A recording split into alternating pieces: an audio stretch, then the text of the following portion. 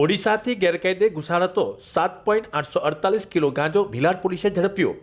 ગુપ્ત બાતમીના આધારે અર્ટિગા કારને આંતરી 4 આરોપીઓની ધરપકડ, રૂપિયા 4.2 લાખનો મુદ્દામાલ કબજે।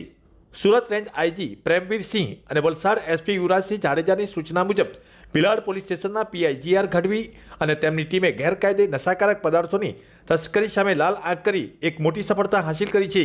પીઆઈ જીઆર ગઢવીને મળેલી ચોક્કસ બાતમીના આધારે પોલીસે મુંબઈ તરફથી આવતી અર્ટિગા કાર નંબર MH05GA1698ને રોકી તપાસ કરતા કારમાંથી 7.848 કિલોગ્રામ ગેરકાયદેસર વનસ્પતિજન્ય ગાંજો મળી આવ્યો હતો। પોલીસે રૂપિયા 3.92,400,000ની કિંમતનો ગાંજો અને 3 મોબાઈલ મળી કુલ્લે રૂપિયા 4,02,400નો મુદ્દામાલ જપ્ત કર્યો છે।